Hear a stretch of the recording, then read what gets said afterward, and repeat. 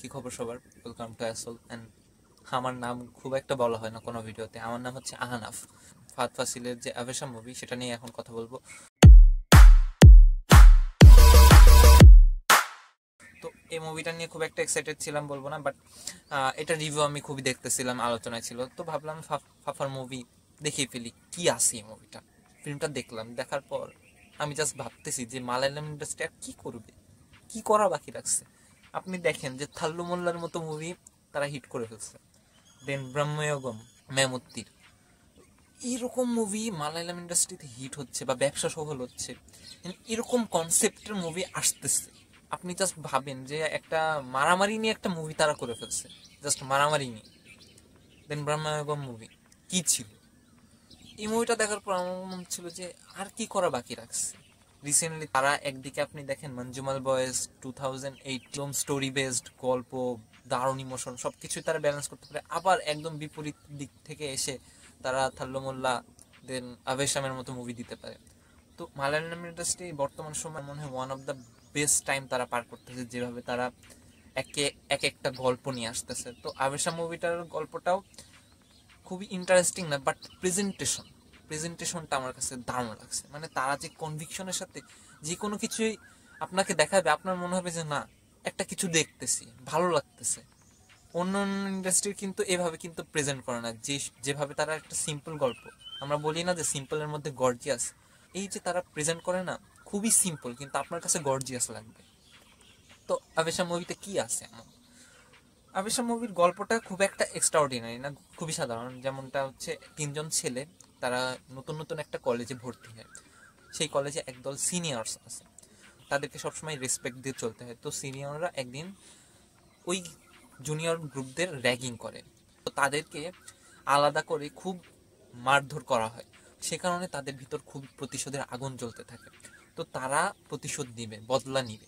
তারা একজন গুন্ডা বা একজন গ্যাংস্টারের খোঁজ করে, লোকাল কোনো গ্যাংস্টারের, যাদের পাওয়ারের থ্রুতে তারা সিনিয়র গ্যাংদের প্রতি বদলা নিতে পারে। তারা বিভিন্ন জায়গায় খোঁজ করতে থাকে যে এমন একজন গ্যাংস্টারের যাদের দিয়ে তারা ওদের থেকে বদলা নিবে বা ওই সিনিয়র গ্রুপদের থেকে বদলা নিবে। এটাই মূলত আবিসামের মেন গল্প। তো পুরো গল্পটা 30-40 মিনিট দেখতে দেখতে ভালোই লাগতেছিল। আপনি যদি ফাহাদ ফাসিলকেও বাদ দিয়ে দেন, যেভাবে তার গল্পটা প্রেজেন্ট করছে আমার কাছে তো ভালোই লাগতেছিল। কিন্তু যখন সে আসলে আসে, মানে ফাহাদ ফাসিল যখন আসে, তখন জাস্ট মুভিটার লাইমলাইট সে কেড়ে নেয়। যে ক্যারেক্টারটা প্লে করছে রাঙ্গা, এই ক্যারেক্টারটা কিন্তু একজন গ্যাংস্টারের ক্যারেক্টার। তো সে খুবই একা, সে খুব চাইল্ডিশ, সে খুবই ইমোশনাল। তো ছোটবেলা থেকেই যেভাবে সে বড় হয়েছে, তার মা, বাবা, চাচা সবাই আস্তে আস্তে তার থেকে দূরে চলে গেছে। তো সেভাবে কিন্তু সে সবার ভালোবাসাটা পায় নাই। তার সাথে মানুষ বসে 5 মিনিট কথাও বলে না। তো কেউ যখন তার সাথে এসে কথা বলে, মানে সে খুবই ইমোশনাল হয়ে যায়। তো যখন তিনজন ছেলে তার কাছে আসে, তার সাথে গল্প করতে চায়, তখন সে আসলে খুবই খুশি হয় যে কেউ একজন আসছে। তো এইভাবে এই ক্যারেক্টারটা তাদের মধ্যে ইনভলভ হয়ে যায় এন্ড তাদের আরো ক্লোজ হয়ে যায়। সে খুবই খুশি হয়, সে প্রতিদিনই তাদেরকে নিয়ে আসে, তাদেরকে ঘুরতে নিয়ে যায়। তো এখানে গল্পটা আসলে ঘুরে যায়। আদৌ কি তারা সিনিয়রদের থেকে বদলটা নিতে পারে কি পারে না, সেটা দেখতে হলে অবশ্যই আবেশা মুভিটা দেখতে হবে। অ্যান্ড এটার যে প্রেজেন্টেশন জাস্ট দুর্দান্ত লাগছে। ইন্টারভাল ব্লকে যেভাবে মারামারিটা করে, এই পুরো ফিল্মটা কিন্তু খুব একটা অ্যাকশন নাই, কিন্তু যেভাবে তারা প্রেজেন্ট করছে না, আপনার মনে হবে যে আসলে রাঙ্গা ক্যারেক্টারটা আসলেই গ্যাংস্টার। তো আমি জাস্ট দেখার পর ভাবতেছিলাম যে কি করা বাকি রাখছে। ফাহাদ ফাসিলকে এভাবে একটা ক্যারেক্টার দিয়ে দিচ্ছে, যে ক্যারেক্টারটার যে একটা সোয়াগ, একটা অরা, এটা কিন্তু অন্যরকম।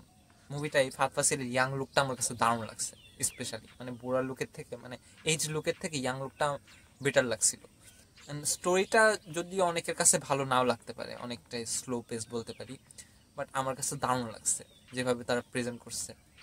ফাহাদ ফাসিলের যে এই রাঙ্গা ক্যারেক্টারটা দারুণ লাগছে, দারুণ। মানে সে কখন কি করতেছে সে নিজেও জানে না, খুবই চাইল্ডিশ। সে টিকটক করতেছে, রিলস করতেছে, তার খেয়াল খুশি মতো সে যা ইচ্ছা তাই করতেছে। তো এই জিনিসটা আমার কাছে খুব ভালো লাগছে। গ্যাংস্টার হলেই যে সবসময় একজন গম্ভীর অ্যান্ড ভয়ঙ্কর লুক নিয়ে থাকতে হবে সেটাও কিন্তু না, কিন্তু এখানে যেভাবে দেখানো হয়েছে যে খুবই বাচ্চা সুলভ অ্যান্ড খুবই চাইল্ডিশ, ইমোশনাল, কিছু হলেই সে কান্না করে দিচ্ছে। তো এই জিনিসটা আমার কাছে খুব ভালো লাগছে যে একদম স্রোতের বিপরীত গিয়ে হয়েও মালায়ালাম ইন্ডাস্ট্রি একজন গ্যাংস্টারকে প্রেজেন্ট করছে, যে গ্যাংস্টারটা একদমই আমাদের থেকেও কি বলে ভালনারেবল, খুব অল্পতেই কেঁদে দেয়, খুব অল্পতেই মানুষের সাথে কানেক্ট হয়ে যায়, অ্যান্ড কেউ যখন তার সাথে কথা বলতে চায় বা কেউ যখন তাকে ভাই বলে সে খুবই ইমোশনাল হয়ে যায়। কিন্তু যখন আপনি তার কাছের কাউকে আঘাত করবেন সে আরও ভয়ঙ্কর হয়ে যায়। তার দুইটা সাইড, কিন্তু একটা সাইডকে আরেকটা সাইড কিন্তু ওভারশ্যাডো করে নাই। মুভিটা আমার কাছে দারুণ লাগছে, জাস্ট দারুণ। আপনারা চাইলে অবশ্যই মুভিটা দেখতে পারেন, আমার তো দারুণ লাগছে। অ্যান্ড ফেসবুকে দেখতে থাকলে ফলো, অ্যান্ড ইউটিউবে দেখতে থাকলে সাবস্ক্রাইব। তারা